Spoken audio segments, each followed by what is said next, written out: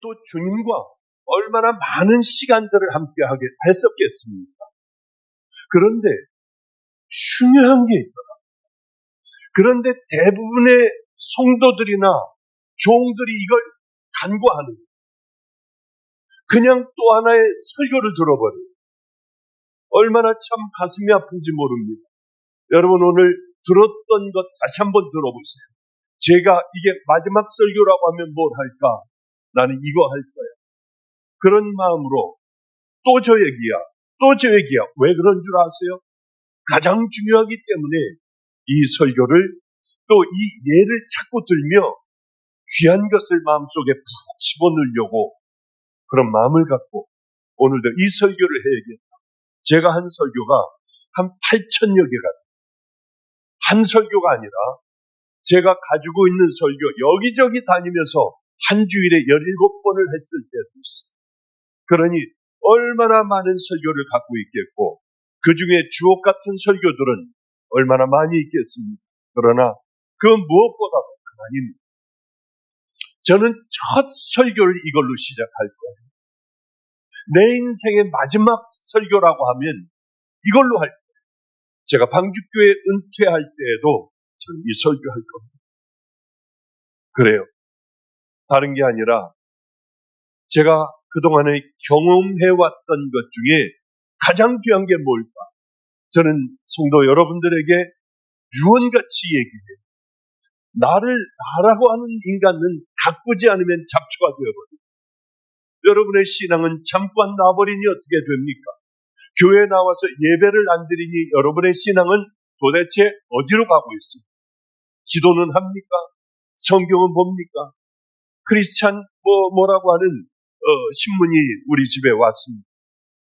김영석 목사가 목사님 이걸 보세요. 좀 깜짝 놀랐어요. 교인의 50%인가 40%인가 50%는 한 번도 기도를 안 합니다. 성경을 안 읽는다고 해요. 그냥 와서 예배만 보고 가는 거예요. 더군다나 코로나 때가 되었습니다. 이때 우리들의 믿음을 어떻게 지켜야 할 건가? 우리의 믿음을 스스로 지키지 않으면은 분명한 것은 우리는 믿음 다 털어먹어버립니다. 기도 요만큼 하던 사람들도 그것마저 이제 안 할 겁니다. 어느 기관에서 크리스찬들에게 물었답니다. 그러니까 반 이상이 나는 이제 코로나가 없어진다 해도 동영상 예배를 드리겠다. 인터넷 예배를 드리겠다 하더래. 왜? 이것이 굳어지면 이제 큰일 나는 거예요.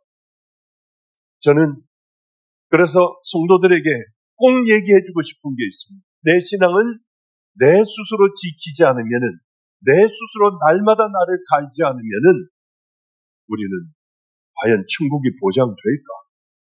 이렇게 살다가 가장 중요한 건 예수 그리스도의 십자가는 외에는 없습니다. 구원받을 길이 없어요. 그러나 구원받은 믿음의 자녀들이 이제 천국을 향하여 구원받은 그것으로 천국을 향하여 성령님과 함께 가야 하는데 가지 않고 세상에 묻혀 있다고 하면 과연 그거 진짜일까요? 우리는 뭘 해야 되느냐? 저는 마태복음 5, 6, 7장을 늘 읽으라고 그것을 내 것으로 만들며 날마다 이것을 큐티를 하며 내가 뭘 버려야 할까? 무엇을 하면 주님 기뻐하실까? 그래, 나는 남에게 상처를 많이 줘. 이제 이 상처 주는 말 대신에 사랑한다. 내가 미안하다. 잘못했다.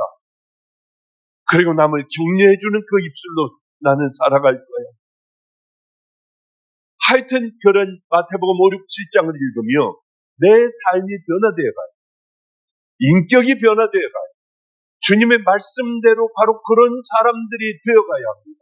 너희들 이것 전체 지키지 않으면은 마치 모래 위에 세운 집과 같아서 다 무너질 거예요.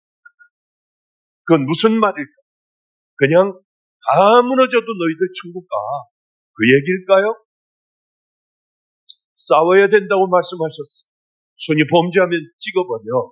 눈이 범죄하면 빼버려. 그러면서 너희들은 천국을 향해 걸어가야 돼. 예수님은 우리에게 달란트를 남겨야 해. 너희들은 이 땅의 빛과 소금의 삶을 살아가야 돼. 그렇게 싸우면서 살아가야 돼. 경고는 훈련해가면서 너희들 살아가야 돼. 너무나도 많은 말씀을 해주셨습니다. 그런데 이 땅에 과연 성도들이 얼마나 그런 삶을 살아갈까? 여러분들 마태복음 5, 6, 7장은 보석 중의 보석이에요. 나를 깨버리고 그것을 내 마음 뼛속까지 깊이 담아 하루하루를 그렇게 이제는 살아가야 할 때, 이렇게 살아가다가 어느 날 여러분 갑자기 주님 앞에 가는 그런 사람들을 저는 너무나도 많이 봤어요. 준비가 되지 않은 사람들. 임진영 목사도 잘 알지만 그분은 평생 예수를 믿은 예배에 빠진 것을 못 봤습니다. 새벽 기도서부터 시작을 하여 목요철이야 금요철이야 주일 예배서부터 빠진 적이 없어요. 그런데 어쩌면 그런 죄를 짓는지 무섭지 않았던 모양이에요. 제가 이렇게 물었습니다. 어떻게 여기까지 당신 왔습니까? 목사님, 처음에는 무서웠어요. 처음에는 두려웠어요. 그런데 10년이 지나고 15년이 지나고 20년 가까이 되니까 아무렇지도 않았어요. 그 오랜 기간 저는 이 죄를 저질러 왔습니다. 나중에는 아무렇지도 않더래요. 어느 날이었습니다. 얼굴이 노랬어요. 당신 왜 이러니? 목사님, 전 보지 않아도 아네요. 저는 고통 가운데 죽을 거예요. 저 같은 놈이 이렇게 암에 걸려 고통당하며 죽지 않는다면 하나님은 안 계세요. 빨리 병은 쓸데없는 소리 말고 병원 가보라고 했습니다. 대학병원에 가니 담도암이었고 이미 몸에 꽉 차 있었습니다. 고통이 얼마나 심했겠습니까? 그러면서도 그 죄는 계속됐었어요. 나는 암일 거예요. 견딜 수 없는 고통 가운데에도 그 죄악을 저질렀습니다. 너무 충격이었어요. 우린 대부분 이렇게 생각하지 않습니까? 세월 좀 지나가면은 언젠가는 나 될 거야. 지금은 이렇게 살지만은 언젠가는 내가 하나님 앞에 바르게 설 거야. 그게 서집니까? 아니, 오히려 지금보다 못한 신앙을 가지고 우리가 하나님 앞에 서면 섰지. 더 훨씬 더 좋은 신앙으로는 안 된다는 거예요. 훨씬 더 좋은 신앙으로 살아가기 위해서는 여러분들 마태복음 5, 6, 7장을 날마다 내 안에 넣어놓고 성령님과 함께 나 자신을 십자가에 못 박는 그 경건의 훈련을 하지 않는다. 정말 마지막에 아름다운 그 길을 걸어갈 수 있을까? 그래서 이걸 하자고 합니다. 그분은 이제 소천하게 되었습니다. 우리 임진영 목사서부터 전부 가가지고 그렇게 붙들고 기도해도 안 돼요, 목사님. 회개가 안 돼요. 그러면 점점 혼수 상태로 들어가며 이분이 한 얘기가 그 얘기였어요. 저 문 보여? 커튼이 닫혀져 있는 저 문이 혹시 보여? 저 문은 너무 좁아. 너무 좁아서 나는 절대로 저길 들어갈 수가 없어. 얼마나 이게 충격이냐. 찢어질 듯한 마음 아니에요, 목사가. 담임 목사가. 얼마나 괴로웠는지 몰라요. 어떻게든 해보려고 애를 쓰고 엄청나게 비가 많이 오는 날 비를 쫄딱 맞아가면서 모든 목사들이 모여 주여 주여 외쳤지만 안 되더라.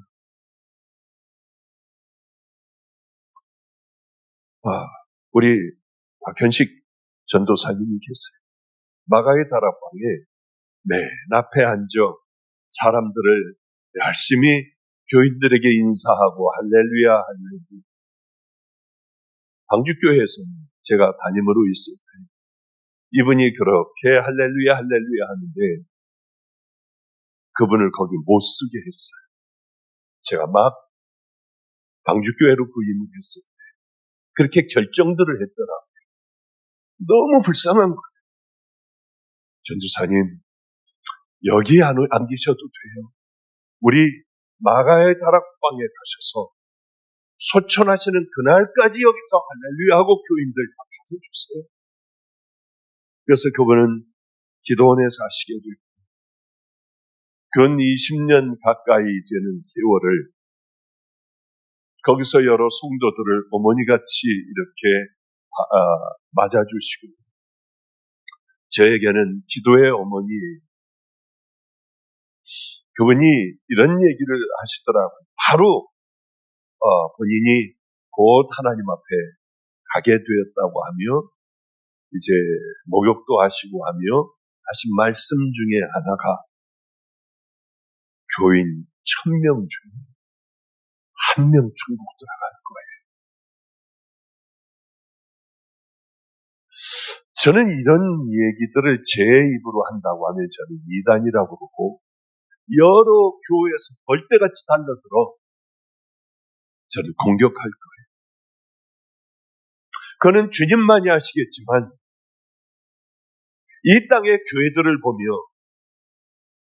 어쩌면 맞는 말일 수도 있어. 그런 생각을 갖기도 해요. 아무렴 1000명 중에 1명이다. 그런 생각도 또한 갖기도 하고 그러나 분명한 것은 예수님께서 말씀하신 그 말씀대로라고 하면 그게 정말이라면 주여 천국을 들어갈 자의 수가 적으니까 좁은 문으로 들어가기를 힘쓰라. 들어가기를 구하여 그것을 얻을 자가 적으니까. 우리는 세상에 그저 모든 걸 다 잃어버려도 괜찮아요. 다 잃는다 해도 괜찮아요. 천국만 잃지 않고 있다면 우리가 붙들고 있는 십자가만 놓치지 않는다면 저는 우리는 승리하는 믿음의 자녀라고 생각을 해요. 세상의 모든 박수를 받으면 뭐합니까? 그러기에 마태복음 5, 6, 7장 산상수훈 주옥 같은 이 하나님의 말씀을 우리는 지켜나가자고 합니다. 죽는 그날까지 날마다 우리 마음속에 담아 주님께서 이걸 가장 기뻐하시는 것이니 하루하루를 믿음의 길을 향해 걸어가자고 합니다. 또 하나는 성령님과 동행하지 않으면 우리는 이 험한 세상에 살아갈 능력을 잃어버려요. 죄에 자꾸 노출되어 있는데 그 죄를 따라가게 되었어요. 하나님의 말씀대로 살아가긴 힘들어요. 죄는 쉽게 노출돼요. 그것이 금방 습관이 돼요. 내 삶의 일부분이 되어버려요. 딱딱하게 들어가 돌같이 부서져 버리겠어요. 이것을 떼어내려면 얼마나 힘든지. 이걸 과연 떼어낼 수 있는 사람들이 있을까? 죽음을 눈앞에 두면 떼어내는 사람들이 있고 죽음을 눈앞에 두면 울며 설교하는 분들이 꽤 있더라고요. 그래 하나님께서 이 은혜를 주신 그러기에 돌이 들어오기 전에 우리는 마음의 빗장문을 딱 닫아버려요. 이것이 그래도 마음의 빗장문을 닫아도 우리 안에는 잡초들이 또 열심히 잡초들이 자라나기 시작해요. 열심히 뽑아내야 합니다. 성령님과 함께 늘 살아가야죠. 성령님은 언제 들어오십니까? 이 시대에는 성령님을 이미 다 없애버린, 소멸시켜버린 시대가 되어버렸어요. 그러니 어떻게 하면 성령님께서 다시 임하실까요? 더러운 죄를 회개하면 성령님 우리 안에 다시 오세요. 그래서 다시 탄식하시고 그렇게 하면 안 된다 하시고 주님이 기뻐하실 그 일들을 열심히 생각하게 하시고 살게 해주세요. 성령님과 24시간 같이 지내는 것. 밤에 잘 때도 성령님과 함께 이 얘기 저 얘기하며 잠들고 눈을 딱 뜨면은 그때서부터 힘든데 딴 생각하지 말고 이빨 닦으면서 세수하면서 샤워하면서 성령님과 함께 얘기 한번 해보세요. 그게 여러분의 삶이 되게 한번 해보세요. 혼자 밥 먹으면서 아무 할 일 없이 그저 아무 생각 없이 밥 먹는 게 아니라 성령님과 함께 이야기하며 밥을 먹고요. 성령님과 동행하면서 운전해 가면서도 또 전철에 타서도 그냥 가만히 있지 말고 이분하고 가까이 마귀는 대적하고 성령님과는 가까이 하는 삶. 이게 얼마나 귀한지 몰라요. 그리고 하루의 일과가 끝나면 다 씻고 또 뭐 다른 거 할 필요 없이 그분하고 또 얘기하다가 잠이 듭니다. 이 삶이 이렇게 살아간다면 강력하게 성령님은 우리하고 함께하여 주십니다. 그것뿐만이 아니라 어떤 일들을 만나면 예수님이면 어떤 일을 어떻게 하셨습니까?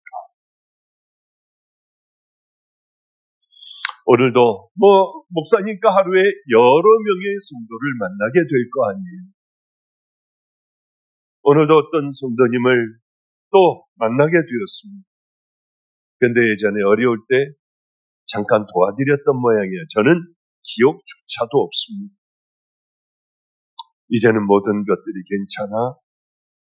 다시 저에게 이제 이걸 갖다 드려야지 마음이 편할 것 같더래요. 그런 상담을 할 때 얼른 저는 어떤 기도를 하느냐 하면 주님 어떻게 해야 돼요? 이걸 받아야 해요? 말해야 해요? 받아서 어디에 써요? 제 입술을 주장해 주세요. 그냥 그렇게 늘 성령님하고 하듯이 저도 모르게 자동적으로 제 머리 안에 그게 돌아갔어요.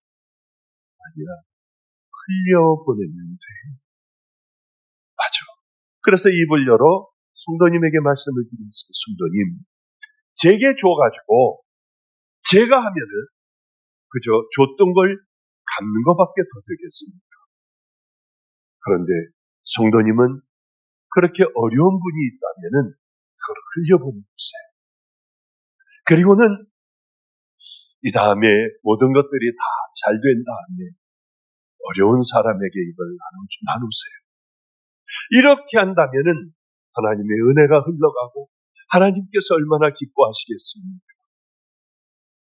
이제 그런 대답을 해드렸어요. 그게 뭐냐 하면은 이 성도님에게 가장 귀한 길이 뭘까? 주님, 어떻게 하면은 예수님께서 기뻐하실까? 그저 그런 일들인 거죠. 성령님하고 함께 대화를 하며 또 예수님이라고 하면 어떻게 하셨습니까? 분명히 그렇게 하셨을 겁니다. 이것이 흘러가도록 멈추지 않고 흘러가도록 그러면은 참 아름답지 않겠습니까? 그래요. 그것뿐만이 아니라 내 스스로를 돌보며 자칫 이제 모든 것이 잘 되어 점점 올라가고 이 교회도 점점 사람들이 많아지고 여기 보면은 정말 아주 잘 성장하는 교회예요. 얼마나 기분이 좋은지 몰라요. 이렇게 성장을 하면 목사에게 첫 유혹, 교만해지. 나도 모르게 교만해지. 어떻게 합니까? 어디에서 날 세워주지 않으면 기분이 나쁘고 죽도록 나하고 살아요. 교만해지지 않도록 나를 자꾸 뒤를 돌아보며 가장 낮아지는 것이 뭘까? 사람들이 나를 오해하는 것. 나는 그렇지 않은 사람들인데 사람들이 나를 착한 사람들이라고 하는 것. 어떻게 해야 이걸 바로 잡아놓을 수가 있을까? 사람들이 모욕을 하면은 그래 나는 그 모욕을 받은다면 그런 훈련을 하지 않는다면 한없이 교만해질 수밖에 없고 세상에 물들 수밖에 없고 우리가 이 땅의 삶을 마칠 때에 저문은 너무 좁아. 나 저문을 어떻게 돌아가? 이게 말이나 되나? 일단 한번 그렇게 되면 끝장납니다. 아무리 발버둥질 쳐도 여러분 거기서 나올 수가 없어요. 하나님 앞에 악을 써도 머리털을 다 뽑아내도 여러분들은 나올 수가 없어요. 한 번 정해지면은 절대로 그것은 다시 돌릴 수가 있으면 얼마나 좋겠습니까? 만년 후에 나올 수 있다 하면 소망을 가질 수 있잖아요. 절대로 나오지 못해요. 그것은 이 땅에 살아가는 동안에 우리가 정말 십자가를 만났으면 성령님과 함께 그 길을 향하여 결국은 끝까지 좁은 길을 향하여 마지막까지 걸어가는 자들에게 주어지는 하나님의 큰 선물입니다. 이걸 놓친다면 말이 되겠나요? 1000병 중에 한 명이나 들어간다고 하면 말이나 되겠나요? 그래요. 저는 그래서 마지막 유언으로 얘기할 것은, 제 유언은 이겁니다. 산상수훈 성령님과 동행, 예수님이 뭐라고 하실까? 어떻게 하셨을까? 교만한 나를 십자가에 날마다 못 박아야지. 이런 부분이에요. 이건 제 유언입니다. 저에게 강력한 영향력을 준 것 여러분 지겹겠지만, 우리 할아버지, 제가 목사가 될 줄은 몰랐어요. 상상하지도 못했어요. 술 냄새 풍기고 담배 냄새 풍기고 그러고 세상적으로 끄덕거리고 다녔습니다. 저만 보시면 술 담배 냄새, 늘 그런 제 모습을 보시면 할아버님은 늘 저를 보시지 않고 아파트의 베란다 밖을 이렇게 내다보셨어요. 저를 보면은 하늘나라가 가고 싶었던 모양이에요. 할아버님은 저 멀리 배는 나의 시온서, 오 거룩한 것 아버지지. 그리고 조그맣게 그렇게 찬양을 부르셨어요. 아마 장손이 하나님을 따르지 않으니 세상에 빠져 있으니 빨리 하늘나라를 가고 싶으셨던 모양이에요. 지금 생각하면 미치도록 그리운 것, 내게 산 것 같고 내 모든 것이 되시는 이제는 그분이 천국에 가서 만나 뵈야, 할아버지 저 보셨어요? 제가 이렇게 살아온 거 보셨어요? 제가 이 길을 이렇게 해가지고 광주교회 마가의 다락방 길등교회 가서도 예배를 드린 것, 말씀 전하는 거 보셨어요? 그 얘기를 꼭 물어보고 싶어요. 이 할아버님이 결국은 소천하시게 됐습니다. 그날 아무도 없었어요. 작은아버님이 손톱을 깎아드리고 제 기억으로, 그것도 벌써 오래된 이야기라서 저는 물수건 가지고 할아버님을 닦아드리는데 퉁퉁 붓고 병원에서 온수 상태이고 곧 소천하시니 일단 집으로 모시고 가라 해서 집으로 모시고 오셨습니다. 퉁퉁 부었어요. 할아버님은 혼수 상태였고 이대로 가신다고 다 얘기를 했어요. 할아버님과 저만 있을 때, 할아버지 저 어떻게 이 길을 가요? 6일 후면은 저는 목사 안수를 받아요. 그럴 때 할아버님은 막 깨어나시는 것 같더니 몇 시간 후에 소천하셨습니다마는 사랑할 수 없는 것을 사랑하라, 용서할 수 없는 것을 용서해, 변명하지 마, 가장 낮은 자들과 함께 살아가. 이 네 말씀, 그때 마치 공기가 이상해졌어요.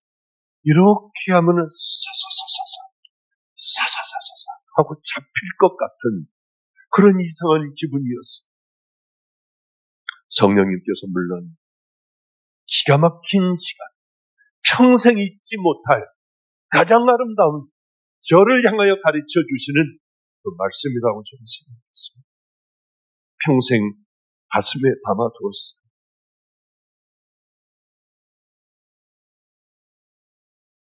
주님을 만나는 그날, 주님, 저 어릴 때에 교회에서 싸움투성이었던 목사의 아들로, 그때 그 싸우던 사람은 뭔가요? 우리 박전도사님과 비슷한 말씀을 합니다. 가짜다. 가짜가 얼마나 많은 줄 아니? 저는 그때에 가짜가 있는 줄 알았습니다. 얼마나 많은 줄 아니? 그렇고 우리가 얼마든지 잘못 믿을 수가 있어요. 여러분들은 하나님 앞에 감사하세요. 그래도 바른 복음을 전하는 목사 밑에 여러분들은 양육받고 있으니 하나님 앞에 이게 얼마나 감사한지 몰라요. 거짓된 복음, 복음이 아닌 복음을 이야기하는 것이 얼마나 많은지 몰라요. 그게 하나님 앞에 참 감사한 일이에요.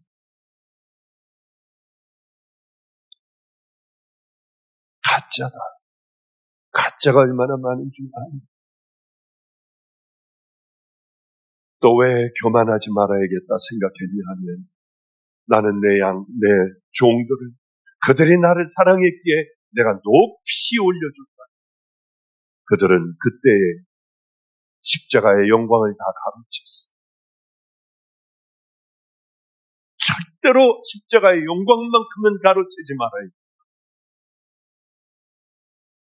주님, 제가 만약에 이 길을 가다가 하나님께서 저를 올려주셨는데 십자가의 영광을 가로챌 때는 죽여버렸어요. 바로 죽여버렸어요. 아무리 영광을 받으면 뭐예요? 길거리에 쳐 죽은 개 같은 그런 비참한 인생 아니에요? 사람들에게 영광을 받으면 뭐해요? 좋은 자리에 있으면 뭐합니까? 이미 끝장난 인생으로 이 길을 100번 가면 뭐합니까? 왜? 이렇게 살아가다 보면은 주님 앞에 서는 그날이 반드시 있을 텐데 그건 미친 짓 아니에요. 성도 여러분들도 생각을 해보십시오. 그 아름다운 말로 알 수 없는 천국이 우리에게 보장되어 있는데 우리가 그 길을 걸어가지 않고 그저 지금의 음란과 거짓과 탐욕 이런 위선, 우울, 분노 이런 걸로다가 가득 차 있어 말도 안 되는 그 길로 걸어가 버린다면 이거는 정말 말도 안 되잖아요. 그렇게 되기 전에 얼른 죽어버리는 거 하지 않습니까? 그렇다고 여러분 자살하고 그러라는 거 아니에요. 우리에게는 얼마든지 기회가 있는데 지금 아니면은 점점 후로 갈수록 굳어져 하나님 앞에 돌아오기가 어렵다고 하는 걸 목사로서 수도 없는 많은 사람들의 예를 보며 저는 깨달았기 때문에 지금 돌아와야 한다. 지금 오늘서부터 시작하지 않으면은 안 된다고 합니다. 가짜 이제 탈들을 뜯어버려야 됩니다. 가면을 뜯어버려야 돼요. 하나님께서 제일 싫어하시는 것, 예수님께서 싫어하시는 것이 무엇인 줄 압니까? 가면을 쓰고 살아가는 거예요. 창녀면 그대로 몸 팔다가 나와도 간음하다가 나와도 주님은 다 용서하시고 내가 너를 정죄하지 않아 이 말씀을 하셨습니다. 그런데 용서하지 못하는 건 가면을 쓰고 나오는 바리새인 서기관들을 향하여 그렇게 야단을 치지 않으셨습니까? 그래요. 이건 제 마음에 깊이 새겨두고 있는 것 중에 하나예요. 우리 또한 제 멘토가 있습니다. 제 멘토는 별의별 능력을 다 가지고 있었어요. 하나님 앞에 가까이 있는 분이었어요. 그런 것을 간증하면 저는 이단이 되고 신사도가 돼요. 제 평생에 그건 지금까지 보지도 못한 광경들이었고 기적들이었어요. 가끔 임진영 목사하고는 함께 나눌 때가 있어요.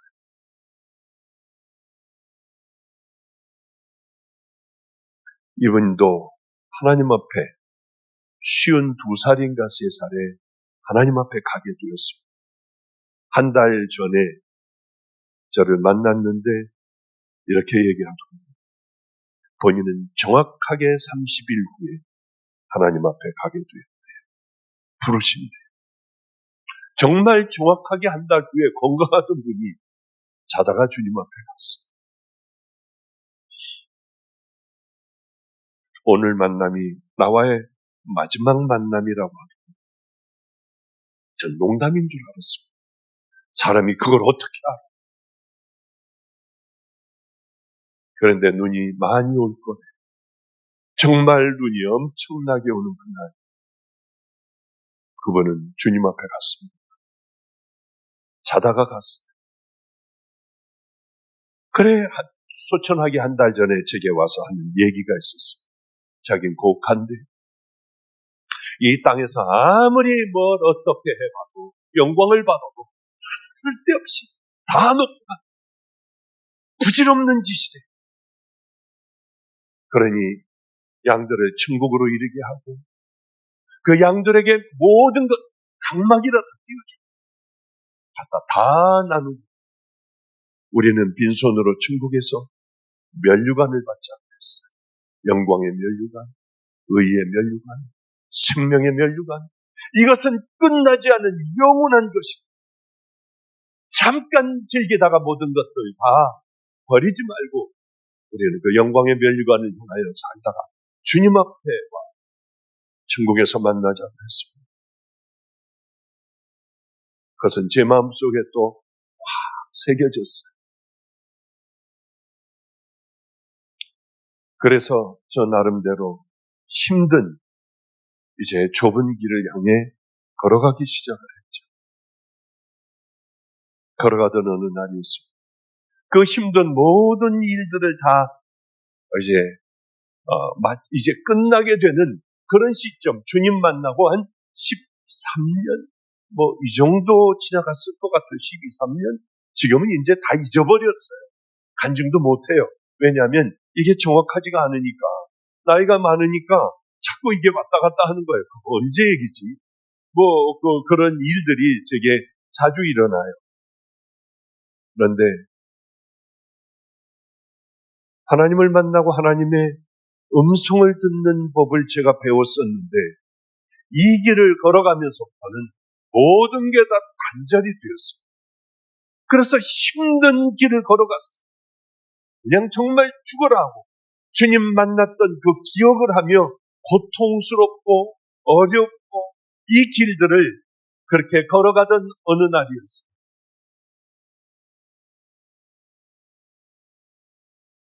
애들을 학교를 보냈어요.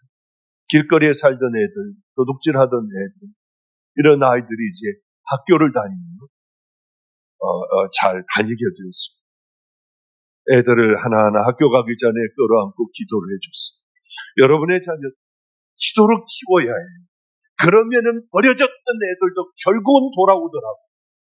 오늘도 참 건달 하나가 있었습니다. 중3짜리가 건달이었어요. 키도 어느 정도 있고 땅땅하고 싸움도 아주 잘해요. 여기 강한수 성도님 여기 다니시죠? 여기 아마 그거 못지않을 거예요. 얘는 중학교 3학년 때 그랜저 차를 딱 훔쳐가지고 그걸 가지고 이제 안성에서부터 저 충청도 쪽으로 넘어가는 애가 얼마나 배짱이 있는지 칼하고 야구방맹이 뒤에다가 다 넣고요. 그런데 갑자기 좋은 차가 하나가 들어오는데 보니까 애 같은 애가 딱 이 건달 같은 애가 하나가 운전을 하니까 그거를 누가 봤느냐 하면 거기 술집하고 이런 건달들이 본 거예요. 우리 구역에 저런 게 누구야? 저는 누구야? 그리고 따라왔는데 얘네들이 이제 그 안에서 우르르 나오니까 이놈은 혼자였어. 중3 때. 딱 문을 열고 칼 하나 차고 야구방맹이 딱 끌고 가니까 그 둥치만한 그런 녀석들이 다 도망가던 그런 애가 있습니다. 어저께 연락이 왔어요. 자기 아빠가 걘 또 박씨예요. 자기 아버지가 박보영 목사님입니다. 그러더래요. 맞아요. 내 다 아들 같은 애들이었으니까 그분을 만나고 싶다고 합니다.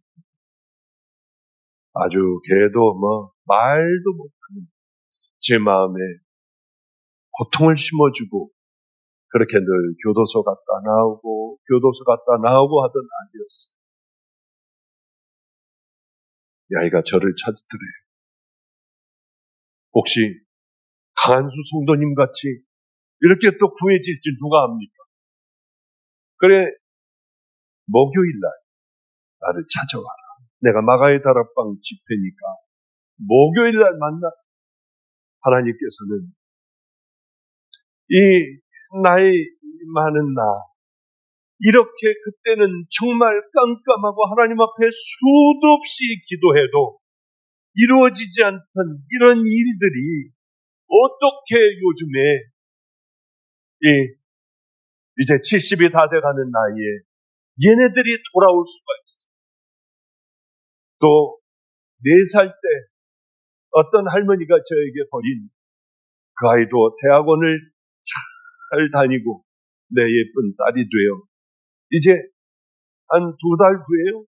한 2달 후에 결혼식, 방주교회 목사하고 결혼식을 하는데 사람들 의견이 다 그러는 거예요.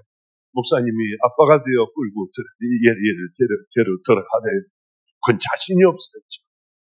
그냥 주례사를 하는 거는 자신이 있지만은 얘를 데려가다가 괜히 찍찍 울기나 하면 어떻게 할까 내가. 그것도 많은 사연이 있습니다. 하나님께서는 이제 내게 행복한 이 결말을 하나하나 맺게 해주시는구나. 어쩌면 그 아이가 또 나를 만나자고 할 가슴이 두근거리기도 하고 한편으로는 또 작은 걱정이 있기도 하고 그래요. 저는 그렇게 힘든 고난의 세월을 이제 지나며 아이들을 학교를 기도해주고 보냈는데 누가 잘 부르더라고요. 그래 밖에 나가보니 아무도 없었어요.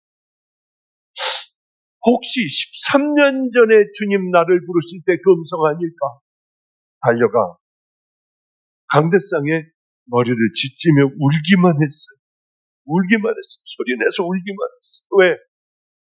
저는 마음이 약한 사람인데 별의 별 일들을 다 당했거든요. 제가 감당이 안 되는 일들이 대부분이었어요. 얼마 전에 안성을 제가 4번이나 갔다 왔습니다. 여기 임목사하고 한수하고 같이 갔다 오기도 하고요. 얼마 전에 바로 전주일인가 또 그 전에 또 갔다 오기도 하고 4번을 요즘에는 다녀왔어요. 그런데 정태균 선교사, 아프리카의 선교사로 같이 살던 애, 그렇게 또 걔도 고통스럽게 했던 애가 선교사로 나가게 됐죠. 막강한 선교사가 됐습니다. 이 아이하고 둘이 안성을 가게 됐어요. 가는데 그러더라고. 목사님, 저기요. 저기 기억 안 나세요, 목사님? 안 나. 저기 목사님 매 맞고요. 모욕당하고요. 저기서 매 맞고 그러던 데 아니에요. 제가 어렸을 때 저것들 죽여버릴 거야 하는데 제가 눈으로 하지 말라고. 가만히 있으라고 너는. 걔도 매 맞을 것 같은데. 몰라. 전혀 기억이 안 나. 아니 저기가 기억이 안 나세요? 안 나.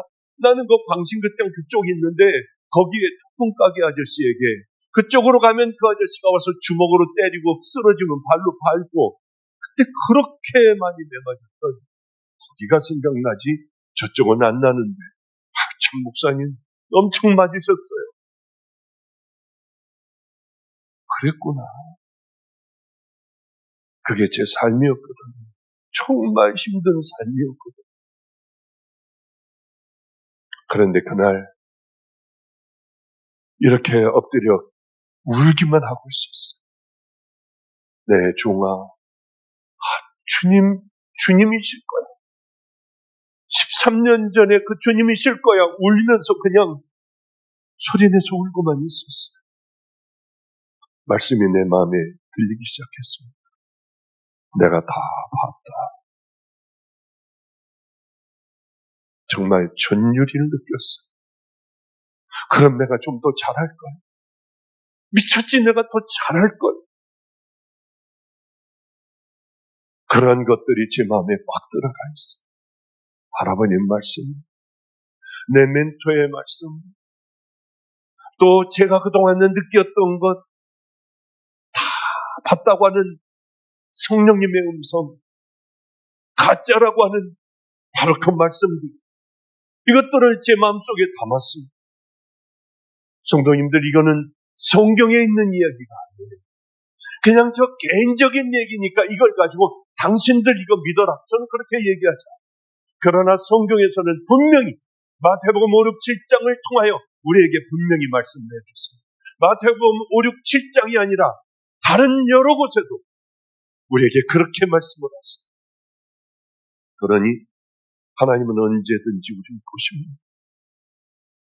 우리는 이 땅에서 어쩌면은 잠깐 잘못하면은 가짜와 진짜 쌓이는 종이 한 장처럼 어쩌면 우리는 가짜가 될 수도 있습니다. 그러나 좀 전에 말씀드린 대로 나는 누구인가? 나 어디로 가고 있는가? 나 정말인가? 주님 앞에 가면 주님은 내게 뭐라고 하실까를 생각하지 않는, 그냥 이렇게 예배만 왔다 갔다 보면서 살아간다면 얼마든지 가짜가 될 수 있다고 합니다. 주님을 만나고 저는 산으로 돌아갔습니다. 갈 데가 없었어요. 산에서 먹을 것도 별반 없었습니다. 2년간을 물론 사람을 만나기도 했지만은 거의 만나지 않고 사람들과 단절하고 하나님과 한번 깊이 사귀어보겠다고 하고 2년간을 산속에 있었어요. 성경을 얼마나 봤는지 별의별 일들이 그 안에 일어나지 않았겠습니까? 무서웠어요. 멘붕도 있고 한 가족이 몰살을 당했을 때 거기 묻히기도 했어요. 얼마나 무섭겠어요. 아무도 없어요. 두렵고 무서울 때마다 무덤으로 갔습니다. 나갔어요. 내가 싸워 이겨야 돼. 그래, 마귀들을 내가 물리칠 수 있는 힘이 있어야 돼. 거기서 통성기도 하고 산속 깊이 들어갔어요. 별의별 체험을 다 하지 않았겠습니까? 그런 얘기들을 하려면 밤새 한 달간 해도 모자라요. 그렇게 들어가 성경을 보고 산에 올라가 기도하고 성경 산에 올라가 기도하고 2년간을 했습니다. 그때는 현직 못할 많은 주님과의 사연들이 있었어요.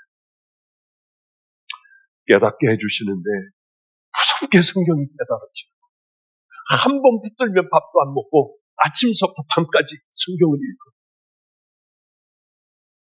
밤이면 산기도를 가야 하기 때문에 가서 기도하다 보면 주님께서 모든 걸 다 덮어주세요. 그곳에서 자고 일어났는데 제 몸에는 아침 이슬 한 방울도 묻어있지 않았어요. 피해, 지금 피해야 한다. 뭐야? 눈을 뜨고 하면은 그 갈색으로, 그 국방색인가요? 그 회색 비슷한 독사가 저를 쳐다봅니다. 수도 없는 많은 경험을 했어요. 그러며 성경을 읽고 또 읽고 불같이 깨닫게 되고요. 로마서를 읽으며 뒹굴면서 울기도 했고 그런 세월들이 있었는데 성경이 점점 좁혀지더라. 결국은 어떻게 하면은 내가 구원을 받을 수 있습니까? 어떻게 하면은 내가 영원한 생명을 얻을 수 있겠습니까? 예수님에게 물었는데 예수님께서 뭐라고 하시냐면은 영원한 생명에 지금 천국 얘기를 하고 있는 그 천국 가려면 어떻게 가야 합니까? 예수님께서 이렇게 말씀하세요. 마음을 다, 목숨을 다, 힘을 다, 뜻을 다하여 주 너의 하나님을 사랑. 천국 가는 방법.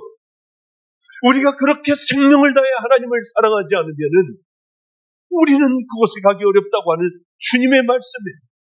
여러분 정말 하나님 사랑합니까? 아멘 대답 맘대로 하지 마세요. 정말 우리가 사랑하냐고. 마음을 다하고 목숨을 다하고 힘을 다하고 뜻을 다하여 정말 그렇게 여러분의 모든 걸 다하여 하나님을 사랑하냐. 그리고 여러분의 이웃을 내 몸같이 사랑합니까? 우린 이렇게 안 되죠. 저도 안 되는데 어떻게? 아멘하고 마음대로 그저 쉽게는 얘기할 수 있지만은 그게 정말 내게 돌아왔을 때에 정직하게 내게 물어볼 때 저는 잘 안 돼요. 제가 더 중요한 것 같아요. 하나님에게 마음을 다하여 목숨을 다하여 제가 사랑 못하는 것 같더라고요. 그러나 한 가지 분명한 건 저는 늘 십자가를 붙들고 성령님과 그렇게 늘 살아가는 그 삶이 있기에 모자랄 때마다 깨닫게 하여 주시고 또 도저히 이건 안 되는 거예요. 이게 용납이 안 돼. 그래도 주님 마태복음 5, 6, 7장을 비교하여 이 문제를 딱 들여다보면 저를 부러뜨려야 돼요. 딱 부러뜨려버리는 힘들지만은 그게 목숨을 다하는 것보다는 훨씬 쉽지 않습니다. 확 해버리는 거예요. 그냥 확 저질러버리는 거예요. 모욕을 당해도 정말 뜨끈하고 화끈한 모욕을 당해도 확 일을 저질러버려요. 왜? 주님이 원하시는 일입니다. 그런데 그것을 계속 해나가면 놀랍게도 이것이 내 몸에 익혀지기 시작.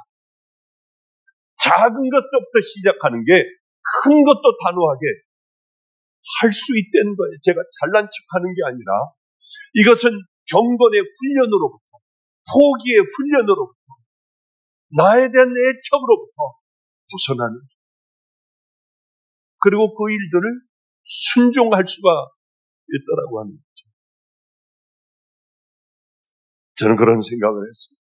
어떻게 그러면 목회를 해야 해요? 성령님 저는 어떤 길을 어떻게 가야 해요?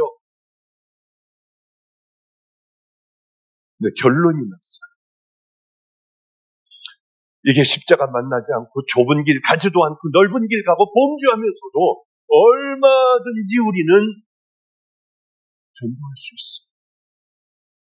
나를 그대로 붙잡고 있고 악한 죄 가운데 끈적거리는 죄 가운데 있으면서도 우리는 얼마든지 은혜로운 예배를 드릴 수가 있어요. 망할 사람이 뿔 달고 나옵니까? 지옥 갈 사람들이 여러분들 사단의 형상하고 앉아 있겠습니까? 아니에요. 교인들 중에도 거룩한 모습 가운데에도 속은 사단의 모습이고 죄악 덩어리가 얼마나 1000명 중에 1명 들어가기 어려울 거야. 왜 그렇게 자꾸 그 생각이 나죠? 진정한 삶에 돌이킴이 없다면 쉽게 얘기하면 회개, 십자가를 만나지 않는다면 우리를 자꾸 바라보지 않는다면 하나님의 말씀 앞에 내가 서 있지 않는다면 성령님과 함께 동행하지 않는다면 분명히 나 그러기 때문에 여기까지 온 것 아니야. 나는 정말 갈 수 있을까? 그래.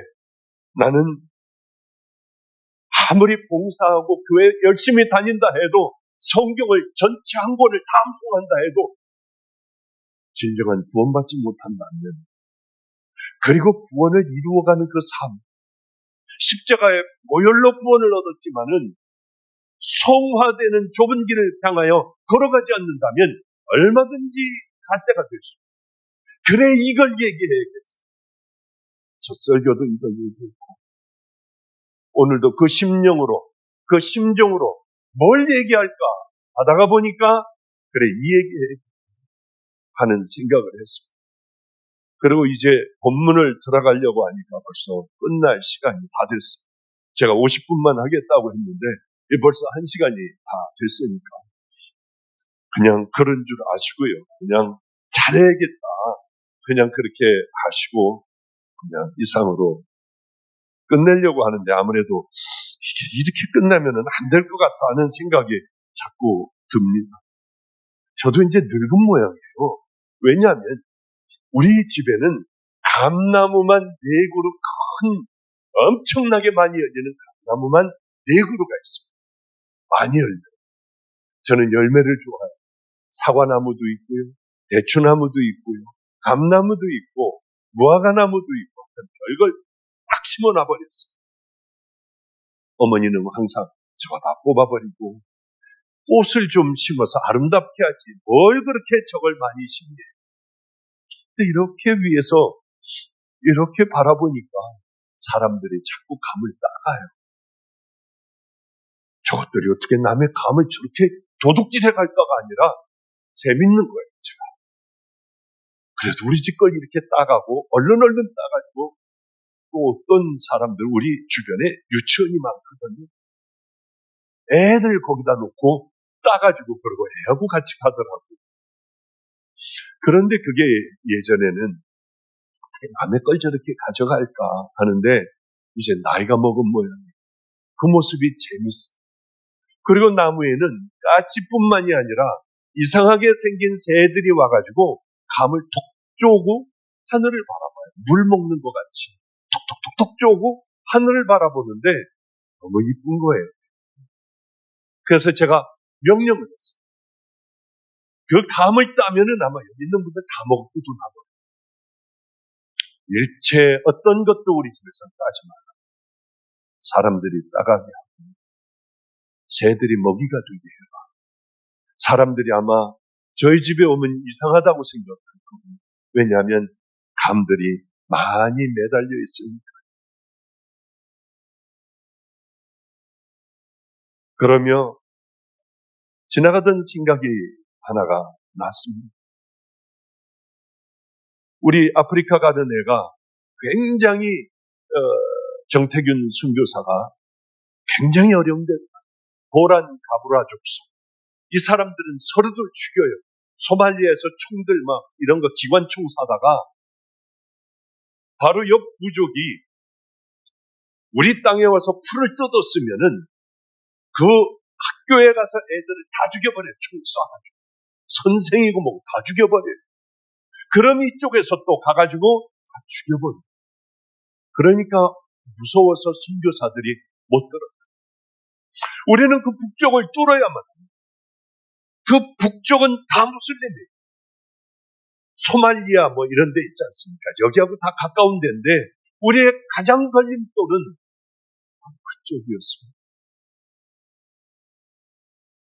이번에 첫 번째 무슬림 쪽에 이제 우물도 파고 또 선교지를 교회도 만들고요.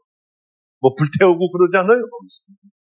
바로 거기다가 이제 첫 북쪽으로 가는 그것을 곧 시작하게 돼요. 우리 선교지는 북쪽으로 시작하는 바로 거기에 있습니다.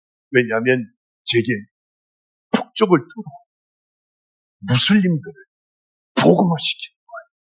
그러려면은 보육원을 먼저 짓고 고아애들 데려다가 잘 기르고 그리고 교회를 져놓고 뭐 어떤 고난은 당하지만은 이 사람들에게 이제 복음을 전하는 그 일들을 하려고 이제 땅도 사고 거기에 우물을 파기 시작했어요. 거기는 사막에 물이 나오지 않아요. 그런데 이제 그 마지막에 제일 무서운 동네가 있습니다. 바로 거기에 이 정태균 선교사 가족이 다 들어가기로 했어요. 서로들 죽여요. 선교사가 못 들어가. 배 타이어에다가 씌워서 불질러 죽여버립니다. 그런데 이 설교를 9살짜리 딸아이가 하나가 있는데 옆에서 듣고 있더래요. 제 설교를. 그러더니 아빠한테 달려와가지고 놀라가지고 우리가 정말 거길 가? 그러더래요. 우리는 가야만 해. 거기 가서 꼭 하나님의 뜻을 이루어야 해. 그러니까 얘가 아프리카에 있다 왔거든요. 유치원에 뭐 이렇게 초등학교 온갖 다니다가 왔거든요. 급하면 영어가 나와. Don't go! 하고 소리를 질러. 아니야, 우린 가야 해. 그러나 하나님께서 우리를 지켜주실 거예요. 저는 그 집에다가 지하를 콘크리트로 만들어 위험할 때는 들어가 피할 수 있는 그런 장소도 만들어 주려고 해요. 왜 그러냐 하면 근데 이 아이 얘기하는 게 참 감사해요. 목사님, 저는 천하게 살아왔잖아요. 더럽게 살아왔잖아요. 어머니는 농약을 먹고 자살을 했어요. 누나는 목매달아 자살을 했어요. 정말 어쩌면 그렇게, 그리고 아버지는 알코올 중독에. 목사님, 이런 가운데 나도 이 저주받은 집안에서 태어나 나도 알코올 중독자가 되었다가 이제 종의 길을 걸어가죠.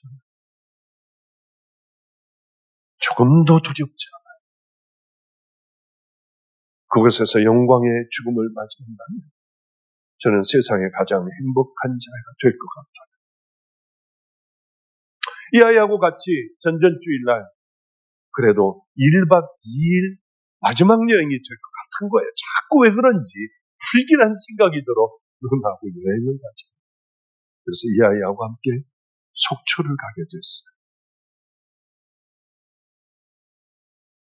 얘가 묻더라고요. 목사님, 사랑이라는 게 뭘까요? 하나님을 사랑해드리고 싶어요. 많은 사람들에게 배려한다는 게 뭘까요? 그러더라고요. 배려란, 사랑이란, 상대방이 마음 아플까봐 내가 더 아픈 거야. 상대방이 미안해할까봐 내가 더 미안해하는 거야. 네, 목사님, 바로 어저께 카톡이 왔어요. 목사님, 사랑하고 배려란 그 사람을 위해 죽는 것 같아요. 제가 우리 예수님 위하여 배려해 드릴 거예요. 진짜 사랑해 드릴 거예요. 마음을 다하고 목숨을 다하고 힘을 다하고 뜻을 다하여 주 너희 하나님을 사랑하라. 맞아요. 우린 그렇게까지는 하지 못하잖아요.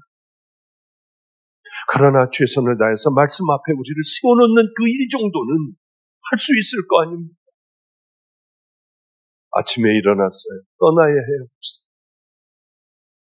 그런데 그 속초에 거기 강에 새가 한 마리가 들다 날락하고 왔다 갔다 하는데 거기 왜 그렇게 그날 추웠는지 모릅니다. 우리는 아침도 못 먹었어요. 춘천 가서 닭갈비를 먹자고 해가지고.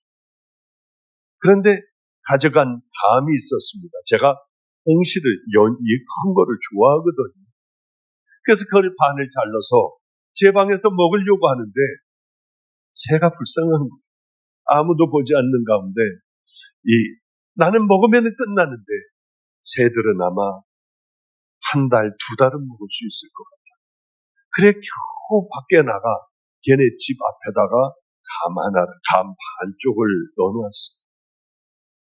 그리고 보니까 나무에서 다른 새들이 또 먹고 싶어하는 것 같아서 밖에 베란다 있는데 밖에 쪽에다가 이렇게 하나를 놓는데 정태균 선교사가 어느 틈인지 옆에 와 있더라. 목사님은 짐승들에게도 배려를 하시는군요. 저는 내 딸에게 이걸 먹이려고 하다가 아프리카 아이가 배고파하면 저는 그 아이를 주겠습니다. 얼마나 감사했는지 몰라요. 어쩌면 가망이 없는 얘네들이 이렇게 귀한 믿음의 길을 향하여 걸어갈까? 주님을 위하여 마음을 다하고 뜻을 다하여 우리 주님을 사랑하는 마음을 갖게 되었습니다. 그런 걸 생각했습니다. 저는 요즘 참 행복한 목사라고 생각해요. 오늘 그저 쭉 해나가려고 했는데 여기서 그냥 앞 한 페이지에서 걸리고 말았습니다. 다음번에 또 만나서 말씀을 전해드리도록 하죠. 우리는 개척을 하나는 하게 되었습니다. 김성준 목사에게 꼭 개척을 해주고 싶었어요. 그래서 마가의 다락방에서 한 1000명 정도를 띄어서 개척을 해줬습니다. 1년 반 정도가 지났어요. 잘하더라고요, 김성준 목사가. 설교도 잘하고 이대로 놔두면 유명한 목사는 분명히 되겠다 하는 생각을 했고, 사람들은 점점 더 들어오기 시작을 했어요. 그런데 어느 날 케냐에 한 30여 명 모이는 교회에서 김성준 목사에게 초청을 한 거예요. 30여 명 모여. 얘는 1000여 명 되는 목회를 하고 있는 가운데 사람들이 다 따르고 있고, 저에게 왔더라고요. 목사님, 30명 되는 교회에서 초청이 왔습니다. 저는 억지로 하라 말아라, 이미 머리들 다 컸는데, 저는 은퇴했는데 그렇게 얘기할 수 없잖아. 너는 어떻게 생각하니? 목사님 말씀하시면 가라고 하면 다 내려놓겠습니다. 센데 속으로 생각을 했어요. 그건 네가 해야지. 내게 배운 대로 네가 해야지. 내가 해서 되겠냐? 목사님의 배운 대로라고 하면 작은 데로 가야 되지 않니? 나는 네가 얘가 없으면은 제가 거기 가가지고 또 그걸 또 설교해야 되고 하지 않습니까? 근데 본인이 그러더라. 낮은 데로 내려갈게. 참 고마웠어. 그래, 어제 케냐로 어린 아들, 아주 어린 애들입니다. 걔네들을 데리고 어제 떠났어요. 아무도 나가지 않아. 외롭고 쓸쓸하게 가게 해라. 교인들도 한 명도 못 나오게 하고 전도사들, 부목사들 일체 못 나오게 했어요.